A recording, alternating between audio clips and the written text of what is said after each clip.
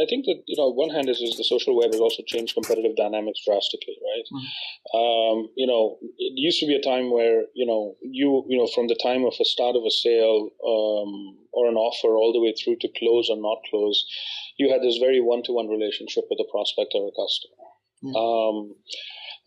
Customers somehow through some channel or some marketing campaign of yours connected and said, yes, I'm interested, talk to me, right?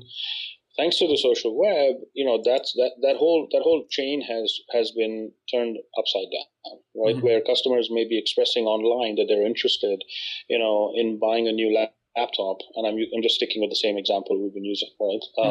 It could be a car, it could be anything, right? And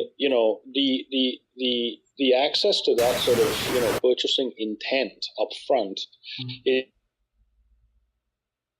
is exposed to not just you but to all of your competitors.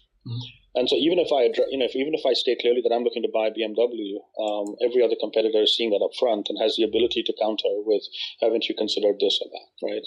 So, when you start to look at collaborate, we look at it as, we call it collaboration, but it's really essentially starting to build deeper relationships with customers, be that on the social web or while they're talking to you one-on-one early up front, where, they can, and let's look at this positively for a second, right? Like, it's not a negative thing, nor is it sort of, some sort of fear and uncertainty, right? You have the ability really upfront to start to build a very trusted relationship with customers by showing them the best of the best that you have, right? Exposing some of those best minds inside your organization early on upfront, and proving to them, especially in the context of complex sales, that, you're the right person, you've got the right innovation engines or levers inside your